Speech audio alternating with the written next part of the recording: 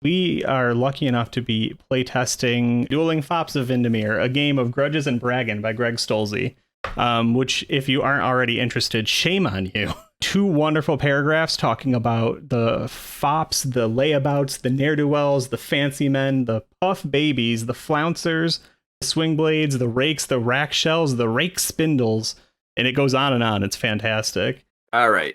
So you want me to explain the game to you? Absolutely. Because, we did the reading, but I don't know that the chat did. Yeah. Yes, you did the reading, did you? I just can't find it. Or doing the reading. It's the same thing. Brandis is like, that's a damn lie. I read nothing. I 100% did not do the reading. This is meant to be a pretty simple game. No GM, runs itself. I was planning to get through this class the same way I got through college reading.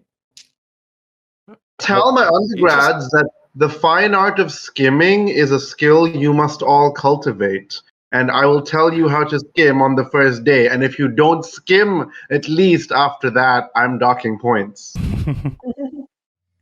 So, the way this works is Vindamere is sort of like Lankmar's dumber, sluttier cousin.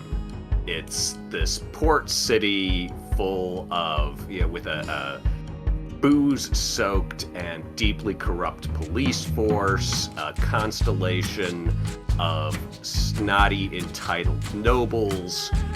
There is an entire subculture of criminals who also run food trucks, a pantheon of super queer gender-bending gods/goddesses, and so, yeah, it's not meant to be taken too seriously. It's like an R-rated Ankh-Morpork. But, so, not quite as crazy as the early Discworld books, but it's, you'll see. At a glance, I've assumed that it's an Oscar Wilde play, but with blood in. I have described it a couple times as ultra-violent Bridgerton or extremely horny Cobra Kai. So it sounds like Sword's Point, actually. So each of us will be portraying the head of a fencing school. And the people who are allowed, of course, to master the implements of violence are the people who own everything, the nobles. So none of us have to work, and none of us have ever regarded a consequence in our lives. So we are the kind of people that you would probably jump out a window to avoid in real life, but the game is gonna be fun. First is you find out how fancy you are by rolling 1d6 plus 2, and that's your starting foppish rating. Before you even have a name, you have foppish. And I'm going to say that the Duchess is in a full suit of metal armor that is inscribed with Lord Byron's poetry. Oh, that's beautiful. Yeah, one of the hallmarks of our school is that our weapons are poetry inscribed, but the Dowager Duchess goes a step further, and she inscribed her entire suit of armor with Byronic poetry. Oh. The city's hottest woman, or the man who's like, it's not a murder castle. It's, at worst, a grievous bodily harm chateau. And thank you for noticing. So I have noted Foxglove's most inappropriate glances and affections toward my Ohioa. You actually hear me reciting poetry to her. You can hear me say, "She walks in beauty like the night of cloudless climes and starry skies." And you also pointedly notice that I'm seemingly reading off of my grandmom's armor. Can I use throwing up in my mouth a little bit as my weapon? I will be attempting to humiliate Foxglove with rapier in hand. The Dowager Duchess, who is, badass, elderly, and in her heyday had all the creme de la creme fawn over her and try and read her poetry. She looks at you, even though she's wearing a Byron dress. She's inspired by Shelley, and she looks at you and she says, "Round the decay of this colossal wreck, boundless and bare, lone and level sands stretch far away." And she says that, turns, and walks away. I'm saying, What's the Triple D doing after being embarrassed like that? They're trying to kill him. Okay. Right? That makes sense, right? Because she got humiliated. So she I'm gonna say she has a poisoned bookmark, which she's gonna try and offer him a piece of poetry to read, and then he'll grab the bookmark and hopefully be poisoned and die. Have I mentioned sometimes this escalates quickly? She walks up and she like coldly hands him a book of Shelley poetry, like, here, and it's closed, so you have to open it on the bookmark, right? So. Oh, Genius. name of the rose. And I rolled a 5. So that's a 6 plus 5, 11 plus 5. So yeah, 16. So yeah, like there's this puff of dust from it, and it's like, and within like a day and a half, Paris is. Wow. Okay. And she So good. announces, "Look upon my works, ye mighty, and despair." And just, Wow. Alright. okay. Went full aggro. All right. Wow. It's on now. Okay. Yeah, Brandis, you brought it. Which character did you bring as a backup? Who was the beloved who my accompanied? beloved. That's Wicked Pipistrella. Boozebag. Comrade Oh, Boozebag. but she already did her thing, right? Yes, I went Wicked first. Pipistrella has acted. Okay, so yeah, the scene ends with, we close with him like, I've read this poem several times, Do I and take then the duelist? the next morning. What? Do I gain a duelist for defeating someone, or what happens? Nope. Okay. Nope. You just killed this dude. What more do you want? Oh, okay, cool. Great. That's fine. Okay, so that's wow. Yeah, so that's the end of the night. Is he's feeling ill and probably dead by dawn. All right, so that was the scene. Ye midwinter ball. And we lost a beloved already. Yeah. Wow, Rabbit, you're down one beloved. You better make a move. It is Locked Room Mystery. Heyo. I love escape Okay. rooms. So everybody picks a character to be present at a delightful weekend at Lady Sotrogis's estate, just a few miles outside of town. But after a restful night, a ghastly surprise awaits. Lord Ravenspite didn't answer when the chambermaid brought his breakfast. After much knocking and pounding, a skinny lad was lowered off the roof to force entry through the window, and the Lord is dead. Not just dead, but lying with his head stuffed in the fireplace, all singed. Who could have done it? And how? Wellpool's the killer, and he's hiding his tracks. Absolutely. All right. Rabbit, you sent the other addle-pated elder, who was... What was his name? Sturtevant Shapely. Sturdivant. He can yell at people and bloviate and shake them by their lapels to try and and gather everyone in a room. Where were you when Lord? So that's the browbeating option. You can call the notoriously drunk cops of Vindamere and see if the city guard sorts it out. You can try and actually be a detective.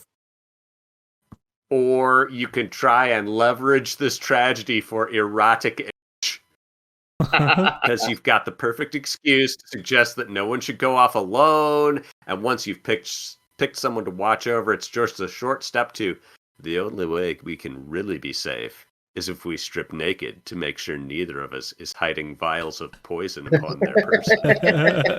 So Sturdivant Shapely is probably going to do some detectionizing. All right. Roll So- serious plus aristocrat. Serious plus aristocrat. Oh, you figured out HH did it. Yeah. Short-lived. How did you identify HH? Probably by just sitting there and listening while and not being noticed by anyone while HH was doing some dastardly thing, like, I don't know, stashing blood-stained murdering implements, boasting about it quietly to one of his beloveds or something like that. I tossed the bloody gloves into the fireplace, thinking now that you've removed the Lord, no one will go back there to look. But you were sitting in the chair. So you announced, no, it was HH. I'm acting astonished. All right. And what? Me? Me? At which point, Iphigenia is going to pull out her, pull the concealed blade out of her parasol and engage you. Cyril has noticed Ohio batting her eyelids at his new true love, his gay S&M awakening, and so Cyril is going to punch up Ohio. Nice. So he whips out his scarlet garrote and twirls it in the air. And let's see. I think I found a poem. When you are old, I think it was Yeats. When you are old, gray, and full of sleep are the words that appear as he twirls his garrote to try and garrote. What's her name? Ohio. Because unlike his master, he is not in love with Ohio. So that's duelist plus foppish, is it? Uh-huh. Keep your clammy hands off him. That's my chunks. He beat me up first. He has tasted my blood. It's true. What happened? And I think I got the only roll I could have failed at. I got a 2. That's 12. That's 14. Yeah. Oh. Okay. How does Ohio get out of? Are there just like 8 guys leaping to defend her? I think that has to be right. Does she just defend herself? I mean, I think she could, but I do like the idea that, just a line of men who have been trying to talk to her all night are like, see, he's winding up for a sucker punch. Hey, in that style, I don't know if you're aware of this, but when the Garrett makes poetry, he's planning. All right, so oh boy. Cyril's face looks like his outfit. It's a mask of blood. So he's not in a good fighting shape right now. So he's like, Right. Oh no. So I'm starting with Balthazar, who is going to bring a serious matter. You get one action. You get one action with one beloved. Great. You don't get both. I'm using the one I have advantage with. It's Balthazar. Balthazar, who has advantage on serious rolls. He's bringing a serious matter to the tyrant's attention. Serious Stephen can do this. Ooh. And I think that the serious matter he's bringing to the tyrant's attention might be, there's a murderer present, right? You should really do something about that, no matter what the court said. Damn. I've forgotten about all that. That's good. I like this. I know everyone has All forgotten right, about rules. he's a serious and enlightened mentor. It's his job to not forget this crap. Right. It It was 15 minutes ago, people. All of us forgot about the murder. There's been more important things going on. He did fade Lord Ravenspite, didn't he? What a crazy weekend that was.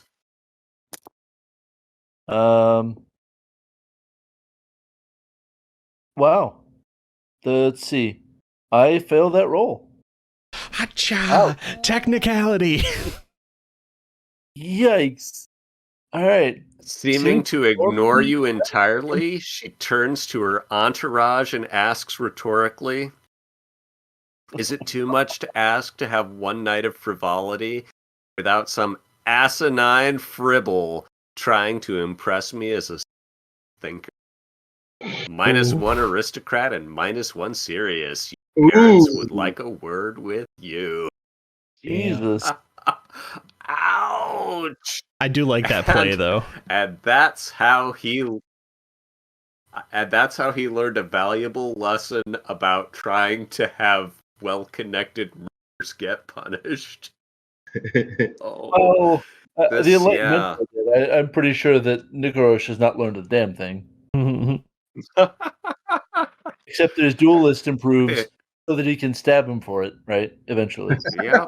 Oh, this could be rolling right towards some gigantic confrontation. You know, the courts can't stop you, but I can.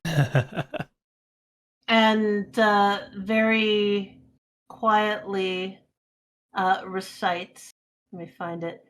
Yes, more Oh yeah, says, there shall come a matron walking sedately, low voice gentle, wise in reply. Tell me, oh tell me, can I love her greatly? All for her sake must the maiden die.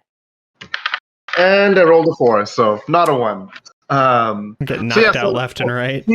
She yells out, wait, let me see. She yells out, when all at once I saw a crowd, a host of golden daffa, and as she says dills, she like swings and wallops Ohio in the face, and then she goes, dills! Which in Hindi means hearts. So. Poor Ohio. She deserved better. Yeah, Flashing River School not having a good night. This is pretty much what we're going to release, I think. Oh, okay. Know, we're starting a Kickstarter for it July 9th, so I'm like, anything I'm going to change, I've changed by now. I can't stand to look at this so much anymore.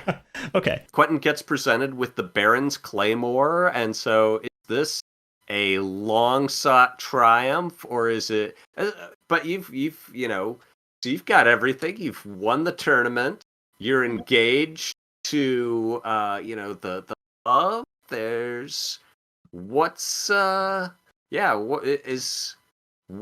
end of Quentin's story? I feel like this is a traditional, like,